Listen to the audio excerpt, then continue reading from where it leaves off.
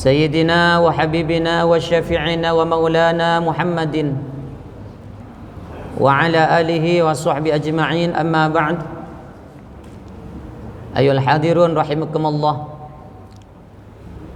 قال تعالى: أعوذ بالله من الشيطان الرجيم. بسم الله الرحمن الرحيم. يرفع الله الذين آمنوا منكم والذين أوتوا العلم درجات. Al-ayah. Sadaqallahul azim. Sungguh luar biasa, Allah masih memberikan kesempatan kepada kita semua, sehingga pada saat ini kita bisa melaksanakan sholat subuh berjamaah, yang merupakan salah satu ibadah memerlukan perjuangan, karena kita sudah istirahat, bahkan kita mati, kemudian dihidupkan oleh Yang Maha Hidup, akhirnya bisa kembali ke masjid yang kita cintai ini. Hal bukan mudah, karena tidak semua bisa melaksanakan. Banyak di luar sana yang masih diberikan kesehatan oleh Allah, namun tidak kesemuanya diberikan kesempatan hal yang sama seperti kita. Kita diberikan kesehatan sekaligus diberikan kesempatan oleh Allah, sehingga azan pun belum berkumandang kita sudah berniat ingin melangkahkan ke masjid ini melaksanakan sholat subuh berjamaah, mengharapkan ridha dari Allah Subhanahu wa ta'ala. Dari niat saja sudah diberikan pahala oleh Allah, apalagi sampai kita melaksanakan sholat subuh kemudian dilanjut dengan ta'lim. Ini mudah-mudahan menjadi perantara kita mendapatkan maghfirahnya Allah Subhanahu wa ta'ala.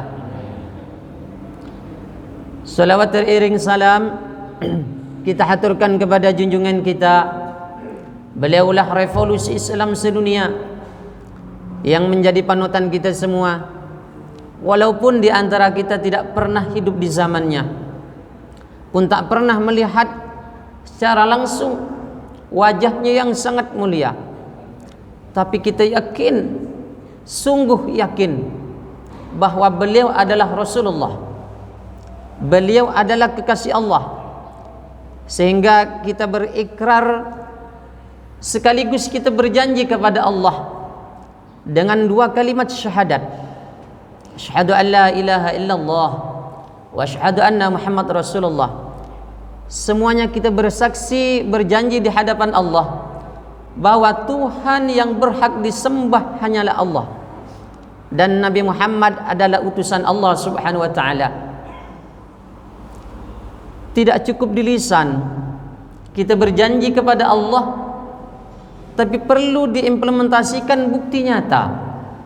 Jika lisan berjanji bahwa Tuhan kita adalah Allah, maka apakah betul di dalam perbuatan kita benar-benar mentuhankan Allah, ataukah kita ada hal yang lain yang dijadikan Tuhan oleh kita semua?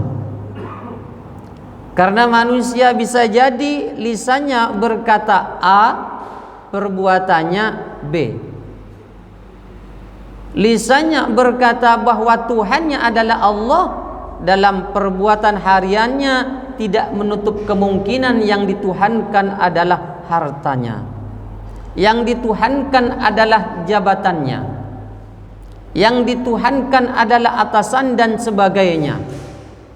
Ini tidak sesuai dengan ikrar yang telah terucap janji kita kepada Allah, karena antara lisan dengan perbuatan tidak sesuai. Ma'asyiral muslimin yang Allah cintai, para jamaah sekalian, sebelum kita belajar bersama, tadi sudah diumumkan bahwa ada saudara kita yang telah mendahului kita menghadap Allah Subhanahu wa ta'ala. Maka alangkah baiknya kita sesama saudara mendoakan terlebih dahulu. Mudah-mudahan dengan perantara doa kita ini dosanya diampuni oleh Allah Subhanahu wa ta'ala, ditempatkan di tempat yang paling mulia di sisi Allah Subhanahu wa ta'ala. Kita juga doakan saudara-saudara kita yang dalam hitungan jari akan melaksanakan ibadah haji Mudah-mudahan hajinya menjadi haji yang mabrur, yang membawa perubahan di dalam perbuatan, di dalam lingkungan, di dalam bermasyarakat.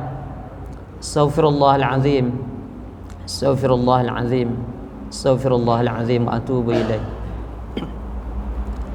Ila hadratin Nabi Sayyidina Muhammadin sallallahu alaihi wasallam wa ala alihi wa ashabihi wa dhurriyyatihi wa ahli baiti wa li jami'i minal anbiya'i wal mursalin wal awliya'i wasyuhada'i was salihin was sahabati wat tabi'in wal ulama 'amilin wal musannifina lahuddin wal malaikati muqarrabin khususan ila Rush Abdul Qadir Jailani ila Rusyadina Syekh Sagab Mahdi Syekh Bakar bin Salim wa azwaji wa dzurriyyati wa talamizi wa talamizati jama'in wa khususan ila abaina wa ummahatina wa ajdadina wa jaddatina wa masyayikhina wa li muallimina wa li asatidhana wa li asatizatina wa khususan ila بأن الله تغفر ذنوبه وتدخل في الجنة في جوار سيدنا محمد صلى الله عليه وسلم وخصوصا إلى جميع القبور من القوم المسلمين والمسلمات والمؤمنين والمؤمنات الأحياء منهم والأموات شيء لله لهم الفاتحة أعوذ بالله من الشيطان الرجيم بسم الله الرحمن الرحيم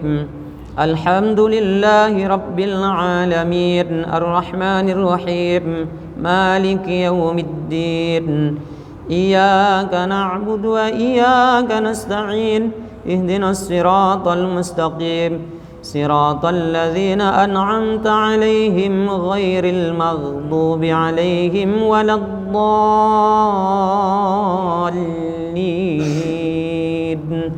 آمين. Bapak Ibu sekalian, bagaimana kabarnya? Sehat semuanya? Sehat ya, insyaallah, alhamdulillah. Hari ini kita belajar bersamalah, sharing. Karena yang kita pelajari adalah ilmunya Allah Subhanahu wa taala. Tidak ada yang kecil bagi Allah. Sekecil apapun ilmu itu, anggapan kita besar. Karena yang punya ilmu adalah Allah Maha Besar. Maka kita tidak boleh meremehkan satu ilmu, karena ketika kita meremehkan satu ilmu berarti meremehkan yang punya ilmu, yaitu Allah Subhanahu wa taala. Mudah-mudahan pada hari ini, pagi ini, kita bisa belajar membawa perubahan untuk kita lebih dekat kepada Allah, lebih cinta kepada Rasulullah sallallahu alaihi wasallam. Pada pagi ini kita akan mengkaji tentang tafakkur, tadabbur, tasyakkur. 3T, jadi mudah mengingatnya Pak ya. T yang pertama tafakkur, T yang kedua tadabbur, T yang ketiga tasyakkur. Ma'asyiral muslimin rahimakumullah, tafakkur itu kalau menurut beberapa keterangan ulama adalah berfikir. Berfikir pun adalah asal kata dari tafakkur juga. Merenung, memikirkan, menimbang, dan termasuk mengheningkan cipta. Kita kan terkadang di saat melaksanakan upacara sebagai warga negara Indonesia kan ada mengheningkan cipta. Itu tafakkur juga. Merenung perjuangan para pejuang kita, pahlawan kita. Tafakkur. Dalam Islam, tafakkur itu adalah salah satu cara untuk merenungi beragam bentuk kebesaran Allah Subhanahu wa taala. Kita diciptakan oleh Allah Subhanahu wa taala yang dulunya tiada. Kita tidak ada awalnya. Kemudian diciptakan oleh yang maha ada. Yang maha ada akan selalu ada sampai kata ada tiada, akan selalu ada. Dan kita awalnya tiada, diadakan oleh yang maha ada, yaitu Allah Subhanahu wa taala. Maka perlu kita berfikir, karena yang memberikan kebahagiaan bukan harta, memberikan jaminan kita damai hatinya bukan jabatan. Tapi coba kita sedikit waktu yang kita jalani 24 jam, sisakan waktu 5 menit. Misalnya dalam sehari, paling tidak sebelum maghrib 5 menit tafakur kita, atau sebelum subuh kita bertafakur, merenungi beragam bentuk kebesaran Allah Subhanahu wa taala, sehingga berpikir sesaat itu akan lebih utama dari ibadah sunnah lainnya. Kenapa? Karena itu akan menambah keimanan kita kepada Allah Subhanahu wa taala. Kenapa tidak? Kita akan merenungi nikmat-nikmat Allah Subhanahu wa taala. Al-Qur'an menjelaskan, a'udzu billahi minasyaitonir rajim. Bismillahirrahmanirrahim. Inna fi khalqis samawati wal ardh wa ikhtilafil laili wan nahari laayatin liulil albab alladzina yadhkuruna Allaha qiyaman wa qu'udan wa 'ala junubihim wa yatafakkaruna fi khalqis samawati wal ardh Rabbana ma khalaqta hadza batila subhanaka faqina 'adzabannar. Sesungguhnya dalam penciptaan langit, kemudian waqtilafil laili wan nahar, bergantinya siang dan malam. Kalau kita pikir Pak, sungguh luar biasa dan manusia tidak akan mampu menciptakan. Kita fikirkan, kita renungkan, ya Allah, ini malam ini indah benar, ada rembulan, indah, siangnya ada matahari. Kita renungkan, tafakurkan oleh kita, menambah keimanan kita, damai kepada hati kita. Maka Syekh Imam Nawawi Al-Bantani dalam kitabnya Kasyifatus Sajah, beliau menyampaikan menurut mayoritas ulama, qala jumhur ulama, al-tafakkaru ala khamsati aujah, bahwa tafakkur itu, bentuk tafakkur bisa dibagi menjadi 5 bagian. Yang pertama, kita bertafakkur dengan kekuasaan Allah Subhanahu wa taala. Sungguh luar biasanya takjub hati kita memikirkan kekuasaan Allah Subhanahu wa taala. Gak usah jauh-jauh lah Pak ya. Kita lihat anggota tubuh kita inilah. Ya. Kita punya gigi tulang. Pak ya, kita punya kuku juga tulang. Tulang, kalau kuku tumbuh terus Pak, kalau nggak digunting, nggak dipotong, panjang lama-lama. Tulang nih sama-sama tulang toh, tapi mesti dipotong paling tidak seminggu sekali, setiap hari Jumat misalnya, karena kita akan melaksanakan sholat Jumat, bersih-bersih sunnah ya. Tapi gigi tulang nggak pernah dipotong, nggak tumbuh panjang seperti kuku. Ini kekuasaan Allah Subhanahu wa taala. Kalau kita fikirkan, kita bertafakkur terhadap kekuasaan Allah ini, maka akan menambah keimanan kita kepada Allah Subhanahu wa taala. Rambut, Pak. Rambut nih kalau nggak dipotong panjang. Ini kan bulu kepala. Ini juga yang di kulit bulu kepala, bulu kulit. Tapi beda. Kalau rambut lama kelamaan gak dipotong panjang. Tapi kalau bulu yang ada di kulit ini panjangnya tidak sepanjang rambut yang ada di kepala. Maha kuasanya Allah Subhanahu wa taala mengatur sesuai dengan kadarnya. Ketika kita bertafakkur terhadap kekuasaan Allah, maka akan menambah keimanan kita kepada Allah Subhanahu wa taala. Yang kedua, bentuk tafakkur adalah nikmat-nikmat Allah. Allah berikan rizki. Kita tahu ya Pak ya, dulu waktu lahir sok ada yang bawa mobil nggak waktu lahir? Nggak ada. Ada yang langsung punya rumah? Nggak ada. Sehelai pakaian pun nggak ada yang bawa. Kemudian berjalan waktu, diberikan nikmat oleh Allah Subhanahu wa taala, diberikan rizki oleh Allah Subhanahu wa taala. Maka ketika manusia ini mampu bertafakkur, tidak akan ada sifat sombong di hatinya, karena akan menyadari bahwa dirinya dulu tiada, bahwa dirinya dulu tidak punya apa-apa, kemudian diberikan nikmat oleh Allah Subhanahu wa taala. Ini tafakkur terhadap nikmat-nikmat Allah Subhanahu wa taala. Kemudian yang ketiga, kita perlu bertafakkur dengan janji Allah. Janji Allah pasti beda halnya dengan janji manusia.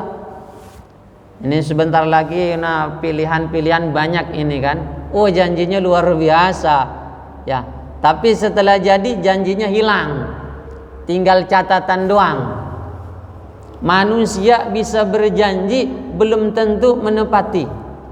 Tapi kalau Allah berjanji dan tidak akan pernah mengkhianati janjinya. Allah janjikan hambanya yang taat kepada Allah akan diberikan surga oleh Allah Subhanahu wa taala, sehingga menjadi penyemangat kepada kita, menjadi motivasi. Kenapa? Ingat janji Allah Subhanahu wa taala. Termasuk Allah berjanji orang yang melaksanakan sholat subuh berjamaah di masjid ini luar biasa pahalanya. Ini supaya menjadi motivasi buat kita. Coba tafakkurkan, fikirkan oleh kita, renungkan. Allah menjanjikan kepada kita surganya Allah Subhanahu wa taala, menjanjikan kedamaian ketika kita melaksanakan perintah Allah Subhanahu wa taala. Kemudian menurut Imam Nawawi, bentuk tafakkur yang keempat adalah kita bertafakkur terhadap peringatan Allah Subhanahu wa taala. Harus kita pikirkan. Ketika kita melakukan maksiat kepada Allah, ingat bahwa Allah akan memberikan balasan juga. Pikirkan oleh kita, sehingga ketika kita ingin berbuat, oh ini baik. Kalau baik nanti dapat pahala dari Allah. Kalau tidak baik nanti akan mendapatkan siksa dari Allah Subhanahu wa taala. Sehingga di setiap langkah kita, di setiap perbuatan kita, kita berpikir sebelum melangkah, berpikir sebelum berkata.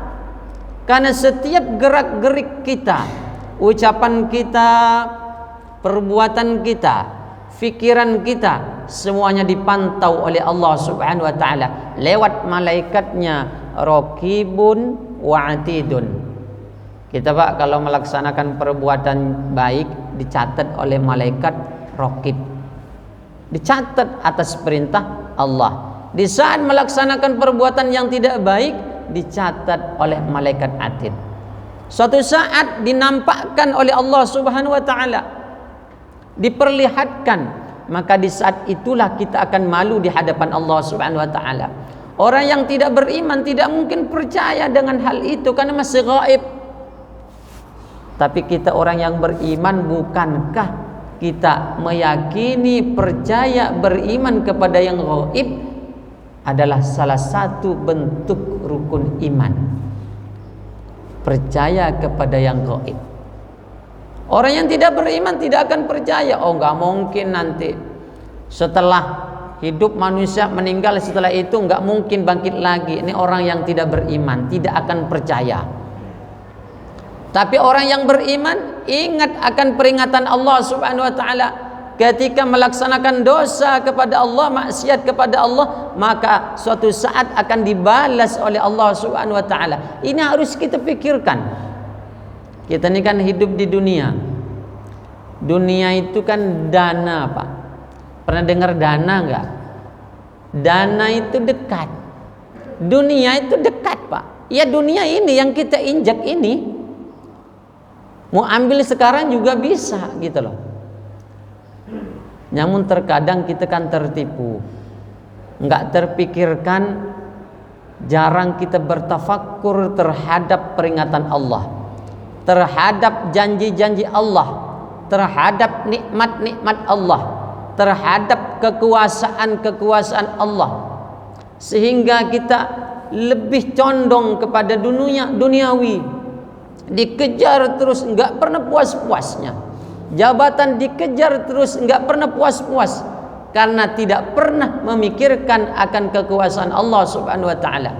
Tapi ketika nikmat itu didapat oleh kita, jabatan diduduki, kita sering bertafakur, merenungkan kekuasaan Allah, jabatan akan menjadi jabatan yang amanah. Harta akan menjadi harta yang menyelamatkan kita, yang bermanfaat untuk keluarga kita, bermanfaat untuk warga di sekitar, bermanfaat untuk umat. Jadi orang kaya yang selamat. Kemudian yang kelima, menurut Imam Nawawi, bentuk tafakkur adalah kita harus merenung tentang kekurangan diri kita. Renungkan berapa banyak dosa yang pernah kita lakukan. Muhasabahlah Pak. Ya, muhasabah diri kita. Sudah berapa banyak perbuatan dosa yang pernah kita lakukan?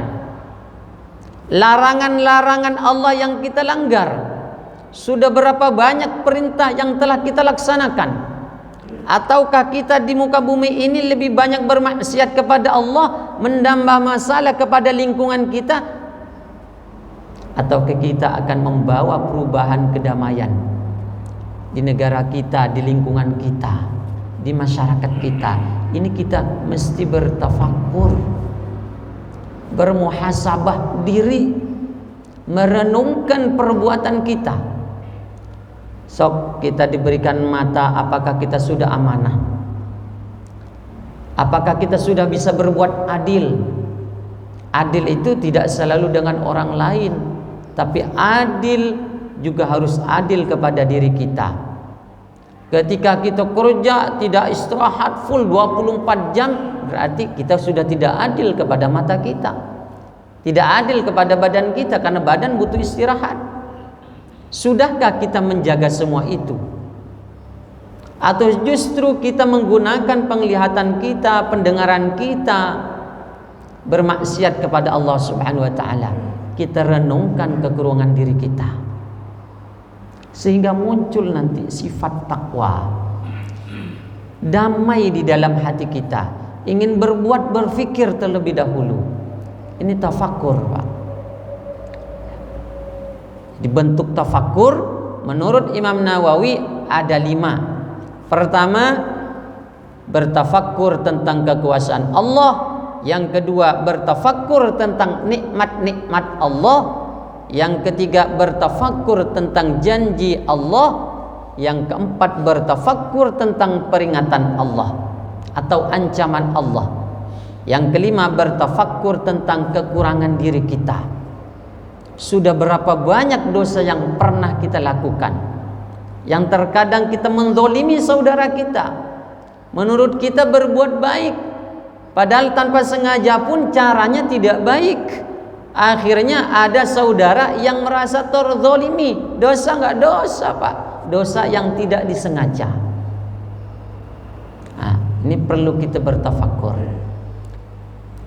Kemudian yang kedua adalah tadabbur. Apa tadabbur? Menurut para ulama, diantaranya adalah Syekh Ibnu Katsir, Syekh Shalih Fauzan, Syekh Abu Bakar Al-Ajiri, dan termasuk ulama-ulama masa kini. Beliau menjelaskan bahwa tadabbur adalah memikirkan, memperhatikan, dan merenung sesuatu secara mendalam.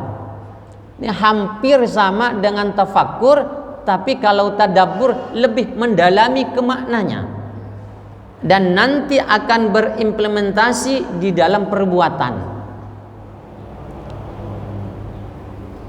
Sehingga dalam Al-Quran disebutkan, a'udzu billahi minasyaitonir rajim, bismillahirrahmanirrahim, afala yatadabbarunal Qur'an am ala qulubi aqfaluha. Ini sering kita dengar, Pak. Kalau tadabbur itu ada tadabbur Al-Qur'an, ada tadabbur alam, sehingga di saat Ramadan kan banyak tuh kegiatan tadabbur Al-Qur'an. Kemudian di saat liburan ada tadabbur alam.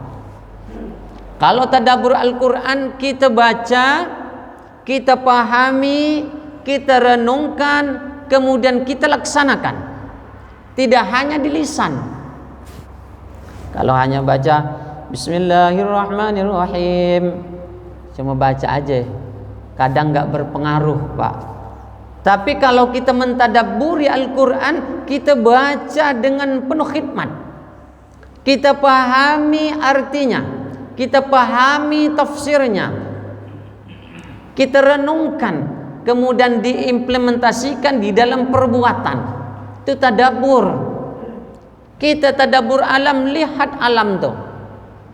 Sehingga orang yang beriman sesuai dengan ayat di dalam surat Al-Anfal, innamal mu'minuna alladzina idza dzukirallahu wajilat qulubuhum. Orang yang beriman ketika disebutkan ayat-ayat Allah, wajilat qulubuhum wa idza tuliyat alaihim zadatuhum imana. Jadi kalau melihat ayat-ayat Allah ini kan ada dua pan, teks, kemudian konteks ini alam, ayat Allah, tanda-tanda kebesaran Allah. Dalam bentuk teksnya Al-Quran. Alam juga itu adalah ayat-ayat, tanda-tanda kebesaran Allah. Orang yang bisa bertadabbur maka akan menambah keimanannya kepada Allah Subhanahu wa taala. Jadi ketika disebut ayat-ayat Allah, maka akan wajilat qulubuhum, akan gemetar hatinya. Orang yang enggak beriman mah biasa, Pak. Ketika dibacakan Al-Qur'an biasa aja. Melihat nikmat Allah di muka bumi ini biasa aja. Tapi orang yang beriman, wa idza tuliyat alaihim ayatu zadatuhum imana, akan bertambah keimanannya. Melihat matahari indah, bukan mataharinya yang sekedar dilihat, tapi melihat yang menciptakan matahari, luar biasa Allah Subhanahu wa taala. Di tengah hari panas, sore agak redup, malam hilang, kembali lagi besok terbit. Malam indah, ada bulan.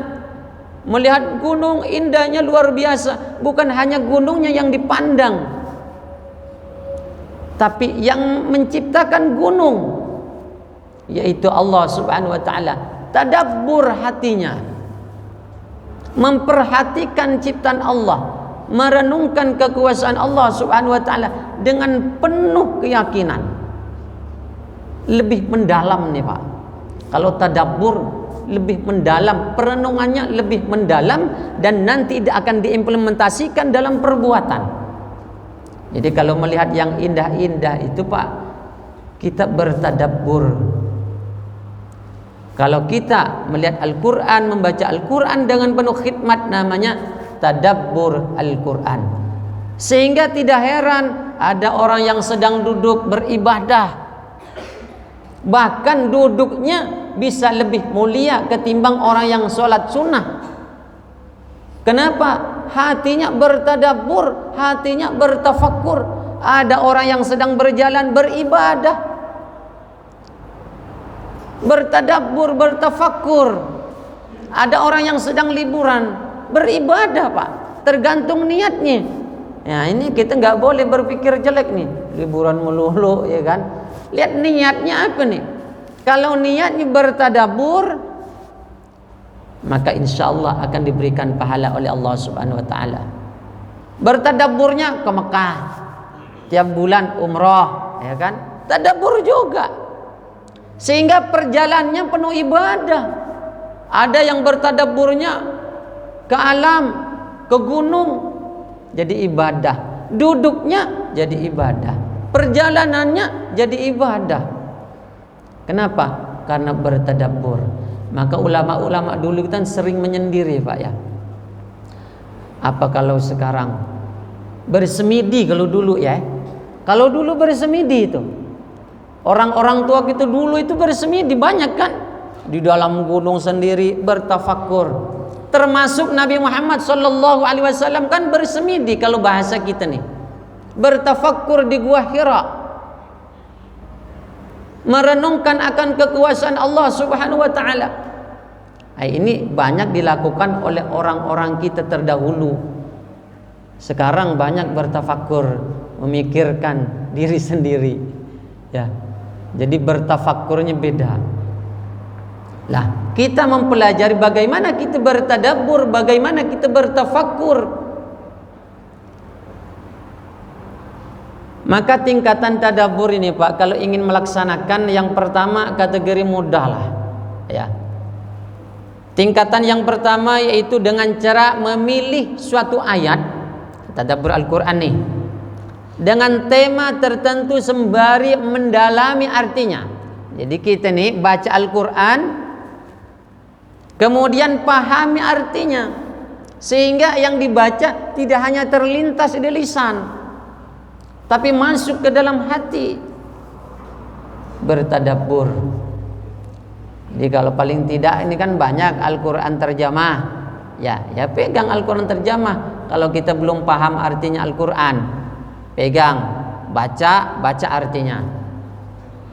Ada nggak di antara kita yang pernah hatam Al-Quran dengan artinya? Coba tanya orang yang rajin-rajin baca lah, membaca Al-Quran dengan terjemahannya. Kan ini sering kita membaca novel misalnya, buku-buku bacaan biasa sampai hatam, sampai 5-10 buku kadang. Tapi Al-Quran tidak pernah hatam membaca dengan terjemahannya. Syukur-syukur kalau kita paham dengan artinya. Sehingga tidak sedikit orang yang hanya baca Al-Quran lewat saja, karena tidak tadabbur, tidak berimbas di dalam perbuatannya, hanya menjadi ibadah lisan, amaliyah lisan, beribadah nih, baca Al-Quran, tapi tidak berpengaruh terhadap perbuatannya karena tidak merenungkan. Nih anak-anak muda, belajar untuk bertadabbur Al-Quran. Jadi ibadah nanti membaca Al-Quran tidak hanya berfokus di lisan. Ada yang hanya berfokus di lagamnya saja. Kalau di lagam gimana? Berarti hanya di lisan, yang dengerin belum tentu juga suka. Tapi orang yang bertadabbur tidak hanya berfokus di sana, lagamnya bagus, tajwidnya benar, tapi dia merenungi maknanya, kemudian dilaksanakan di dalam perbuatan. Tadabbur. Jadi paling mudah kita baca ayat-ayat tertentu, pahami artinya, sehingga nanti berimbas ke dalam perbuatan. Kemudian yang ketiga, kategori sedang. Tadabburnya kategori sedang. Bagaimana? Tingkat ini biasanya dilakukan oleh orang yang paham gramatikal bahasa Arab. Nah, yang sedang nih biasanya oleh orang yang paham tentang nahwu, tentang saraf, bukan saraf ya, tentang mantik, bayan dan sebagainya. Dia akan memahami maknanya. Karena kalau kita hanya memahami Al-Quran dalam bentuk teksnya, kita tidak paham betul tentang gramatikanya, maka bisa jadi kita salah maksud apa yang dimaksud dalam Al-Quran. Makanya mengapa ulama-ulama itu ada ulama tafsir. Makanya kita, kalau ada sebagian orang yang menganggap saya mau baca Al-Quran langsung saja deh, Al-Quran itu kan langsung dari Allah sempurna, saya mau baca langsung, enggak perlu tafsir. Atau kita kan perlu guru Pak ya, perlu bimbingan kita. Enggak bisa, kalau saya enggak bisa langsung baca Al-Quran memahami, enggak memahami tafsirnya, enggak lewat ulama, enggak bisa ya. Karena apa yang dimaksud di dalam Al-Quran itu belum tentu yang kita maksud. Sementara ulama itu belajar Dari Nabi turun kepada sahabat, sahabat tabiin sampai kepada para ulama, sampai kepada kiai-kiai kita. Makanya kita belajar kepada ulama-ulama kita, habaib-habaib kita. Kita belajar itu supaya apa? Paham tentang maksud Al-Quran, maknanya. Karena kalau tidak, kita akan salah penafsiran dari ayat yang Allah firmankan. Ini tingkatan yang sedang. Kalau kita kepengin bertadabbur Al-Quran, kita harus memahami disiplin ilmu gramatikal bahasa Arab. Mengapa? Karena Al-Quran berbahasa Arab. Nah, kalau bahasa Arab begini aja Pak, anta, anti, udah beda Pak. Gitu? Anta untuk laki-laki, anti untuk perempuan, antuma untuk orang dua, antum untuk laki-laki nih, antunna untuk perempuan banyak. Makanya assalamualaikum, karena banyak kum. Kalau sendiri assalamualaikum. Saya ketemu dengan Ustadz Fauzan, ya Ustadz, assalamualaikum, cukup. Apakah boleh? Boleh. Kenapa satu orang? Karena banyak. Saya ucapkan assalamualaikum. Kalau perempuan semuanya assalamualaikunna. Kalau laki-laki satu, perempuan banyak, tetap ke laki-laki assalamualaikum. Gramatikal bahasa Arab. Saya makan, akala, saya sudah makan. Saya sedang makan, yakulu. Akulu, saya sedang makan, yakulu, dia sedang makan. Nakulu, kita sedang makan. Takulu, kamu sedang makan. Ukul, makanlah, beda. Akaltu, saya sudah makan. Akalta, beda doang tuh. Tu, ta. Akaltu, saya sudah makan. Akalta, kamu sudah makan. Untuk laki-laki. Akalti, kamu perempuan sudah makan. Gramatikal bahasa Arab. Sehingga nanti kita paham tentang makna Al-Quran. Kemudian dilanjut kita mengkaji tentang tafsirnya. Sehingga Al-Quran tidak hanya lewat di lisan saja, tapi justru masuk ke dalam hati kita dan nanti akan kita implementasikan di dalam perbuatan. Tapi yang paling tidak kita untuk bertadabbur, kategori yang pertama yaitu memilih ayat tertentu, kemudian pahami, dalami artinya. Gunakan Al-Quran terjemah. Kalau kita mampu membaca buku-buku yang lain, kenapa tidak satu dua ayat kita pahami Al-Quran, kemudian kita laksanakan di dalam perbuatan. Itu bertadabbur Al-Quran. Kemudian yang ketiga, ini agak sulit nih Pak. Ya, mengapa? Karena nanti tahap yang pertama dan yang kedua harus dilalui, baru tahap yang ketiga. Pada tahap ini maka kita diharapkan mampu melihat keberkahan dan cahaya di balik setiap ayat, keagungan, mukjizat dari setiap ayat itu yang ada dalam Al-Quran. Ini tahap yang pertama, kita jalani, pahami, baca, kemudian pahami artinya. Kemudian yang kedua, kategori yang kedua agak sedang nih. Baca, pahami artinya, kemudian kita harus mempunyai ilmu gramatikal bahasa Arab sehingga nanti bisa memahami makna yang terkandung di dalam Al-Quran.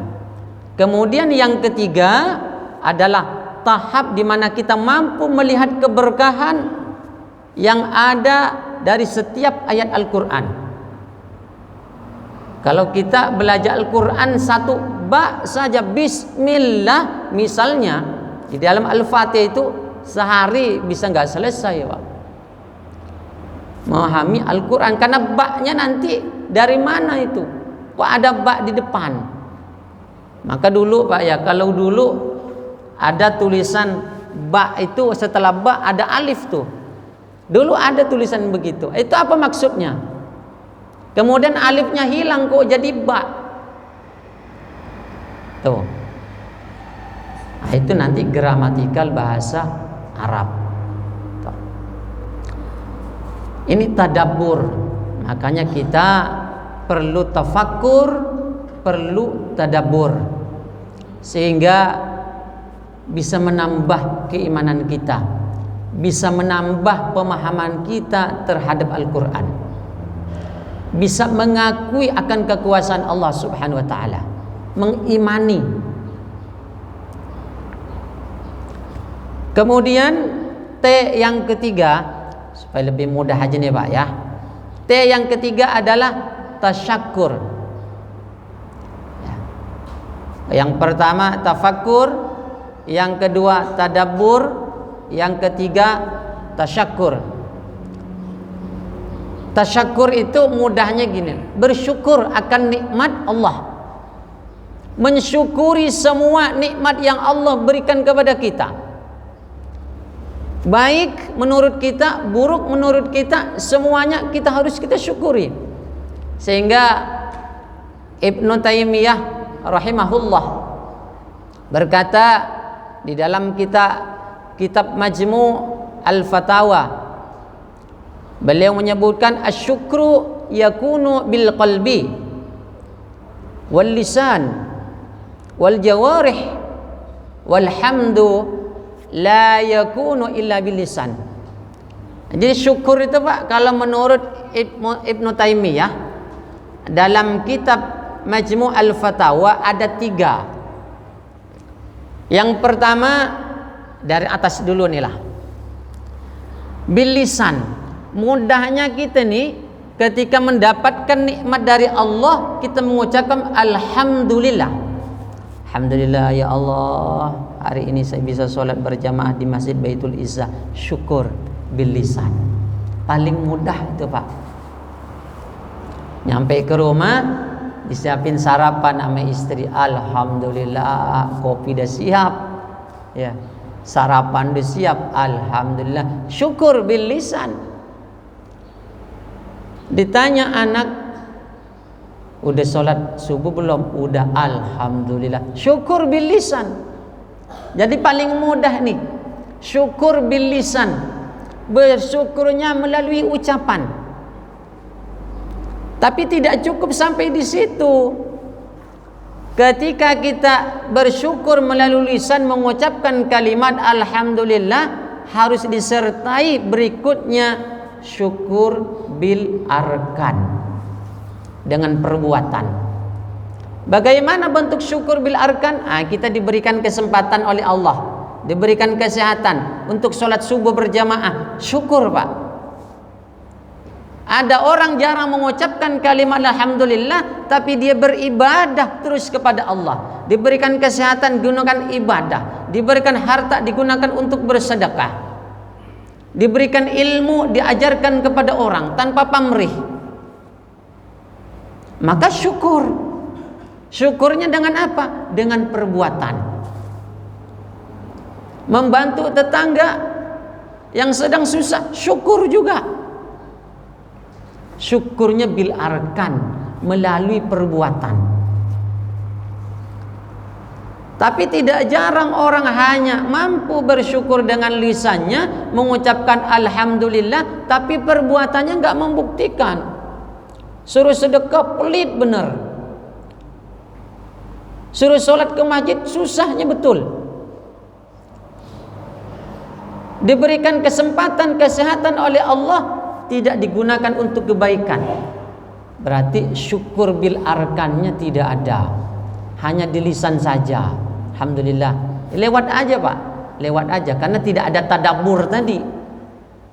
Jadi lisannya alhamdulillah, dia nggak ngaruh, hanya terbiasa aja. Gimana kalau terbiasa Pak? Jadi punten nih, burung beo itu kalau biasa alhamdulillah, assalamualaikum, dia nggak tahu apa yang diucapkan, nggak ngaruh, nggak berefek, gitu loh. Tapi kalau kita tadabburkan, kita renungkan, alhamdulillah, lisan mengucapkan, kemudian disertai dengan perbuatan, Dan yang ketiga adalah bil qalbi. Syukur bil qalbi, dengan hati. Hati menerima segala ketentuan Allah. Ini kan nggak ada pesanan kita dilahirkan model-model begini, kita nih beda-beda. Termasuk sukunya beda-beda, etnisnya. Agama kita satu, agama Islam. Dilahirnya beda-beda. Ada yang di rumah sakit, ada yang di rumah. Gitu kan? Latar belakang berbeda-beda, bukan pesanan. Kulit juga beda-beda, rambut juga beda. Tapi kita bersyukur bil qalbi, menerima. Diberikan harta sedikit, menerima. Hatinya nggak ngedongkol nih, nggak nuntut melulu. Ini kan kita nih sifat manusia, Pak ya. Lebih sering menuntut, meminta hak ketimbang kita melaksanakan kewajiban. Coba kita balik. Sekali-sekali baliklah. Kewajiban dulu baru hak. Cuma ada keseringan di Indonesia, laksanakan hak dan kewajiban. Berarti haknya dulu nih, kewajibannya belakangan. Kan seharusnya itu kewajiban laksanakan, baru nanti hak otomatis. Kewajiban kita kepada Allah apa? Beribadah. Hak kita akan diberikan pahala oleh Allah, pasti. Kita kerja, kewajiban kita melaksanakan tugas. Nanti hak kita mendapatkan gaji. Bukan haknya dulu diambil, kerja belum. Nih. Diberikan nikmat oleh Allah, terima, syukuri. Ada yang diberikan banyak, ada yang sedikit, sesuai dengan ukuran kemampuan kita. Kalau kita bandingkan dengan orang lain, tetangga mah udah beli mobil lagi itu, mobilnya udah Pajero lagi itu, mobilnya udah Alphard lagi. Ya Allah, saya mau belum. Aduh, kapan bersyukurnya, kan gitu. Ya, sehingga enggak nerima hati itu. Tetangga udah dapat bini lagi itu. Jangan, Pak ya. Enggak, nanti dimarahin istrinya. Jadi enggak boleh dibanding-bandingkan, karena nanti kita tidak akan muncul sifat syukur kepada Allah Subhanahu wa taala. Hati tidak menerima. Diberikan anak yang berbeda, syukuri, jangan dibandingkan. Kalau dibandingkan, Pak, enggak akan muncul sifat syukur.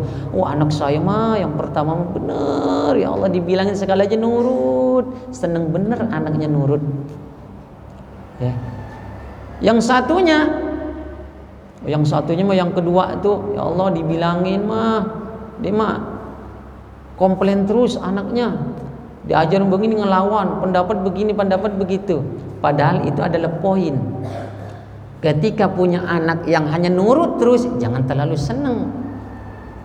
Kalau jadi penurut sampai dewasa gimana? Sono ya, kamu sono ya. Jadi apa itu, Pak? Ada yang anak punya kelebihan. Ketika diajari punya pendapat, hebat juga, Pak. Kalau dilihat positifnya, berarti di calon pemimpin. Kan gitu. Kalau lihat positifnya. Makanya nggak boleh dibandingkan. Kita harus menerima. Diberikan harta, terima. Kita kan tugasnya hanya berusaha dan berdoa. Tapi yang menentukan Allah. Kita kepengen punya anak soleh dan solehah, berusaha dan berdoa. Yang memberikan kecerdasan, kepintaran adalah Allah. Kita punya harta, hanya bisa berusaha dan berdoa. Yang memberikan harta adalah Allah. Kita kepengen punya jabatan, hanya bisa berusaha dan berdoa. Yang memberikan jabatan adalah Allah. Mau kita banting tulang, kepengen dapat harta yang melimpah, rumah yang megah, kendaraan yang mewah, kalau Allah belum menentukan, ya nggak bisa. Kita berusaha aja. Apa yang dikasih oleh Allah, terima bil qalbi, syukurnya dengan hati. Ibnu Qayyim menjelaskan as-sana'u 'alan ni'ami wa mahabbatuhu wal 'amalu bi ta'atih. Jadi syukur itu, menurut hakikat syukur menurut Ibnu Qayyim adalah memuji atas nikmat. Jadi memuji nikmat dan mencintai nikmat tersebut. Dicintai karena Allah, memujinya karena Allah, serta memanfaatkan nikmat tersebut dalam ketaatan. Jadi kalau kita punya harta, digunakan untuk berbuat taat, itu syukur. Hakikat syukur itu begitu. Diberikan baju, dibuat buat sholat, itu hakikat syukurnya begitu, Pak. Tidak hanya cukup lisan. Itu menurut Ibnu Qayyim. Jadi di dalam pembuktiannya itu, kita mencintai nikmat, memuji nikmat, dan memanfaatkan nikmat itu untuk ketaatan kepada Allah Subhanahu wa taala. Kemudian syukur menurut Ibnu Athaillah As-Sakandari, beliau menjelaskan syukur itu terbagi menjadi 3. Ya, Ibnu Athaillah. Yang pertama, syukur duniawi. Syukur duniawi itu gimana, Pak? Kita diberikan kesehatan oleh Allah, diberikan harta yang halal, bersyukur itu. Syukur duniawi. Tuh. Kita bersyukur kepada Allah, diberikan harta, diberikan kesehatan. So, Pak, kita kan bersyukur. Alhamdulillah kemarin musim Covid, tapi tidak semuanya yang kena, kan gitu. Itu bersyukur, syukur duniawi. Kemudian yang kedua, bersyukur dini. Kita bersyukur apa? Bersyukur diberikan ilmu oleh Allah. Dini itu agama, termasuk kita bersyukur karena kita sebagai penganut agama Islam. Wah, kita, Pak, bersujud saja nih, Pak. Ini nanti kalau kita bahas sujud, mudah-mudahan lain waktu lah, Pak, ya, karena sujud itu ruang lingkupnya luas, ya. Sehingga mengapa sampai-sampai iblis dikeluarkan dari surganya Allah gara-gara nggak mau sujud ada. Hanya satu perbuatan itu mengakibatkan keluar dari surganya Allah. Kita diberikan ilmu, kemudian kita bisa beramal, kita bisa takwa, kemudian kita bisa makrifat kepada Allah, merupakan syukur dini di dalam agama. Kita diberikan agama Islam, memahami makrifat kepada Allah, bertuhan kepada Allah, termasuk syukur. Kemudian yang ketiga adalah ukhrawi. Ada amal yang sedikit dibalas dengan anugerah yang banyak. Bersyukur, Pak. Ya. Kan Islam itu indah benar. Amalnya sedikit tapi pahalanya besar. Ya. Nah, ini 3 ingat. Yang pertama tafakkur, yang kedua tadabbur, yang ketiga tasyakur. Ya. Jadi ketika kita bersyukur, bukan di saat kita bahagia menjadi kita bersyukur, tetapi dengan bersyukur kita akan menjadi hidup bahagia. Ya, jangan bahagia dulu baru bersyukur, tapi bersyukurlah maka akan bahagia. Nah, barangkali sampai di sini dulu pembahasan kita, karena waktu sudah melewati sepertinya, dan bapak-bapak tentunya masih banyak kegiatan dan masih punya kewajiban saudara kita. Demikian, terima kasih banyak atas perhatiannya. Mohon maaf atas segala kekurangan.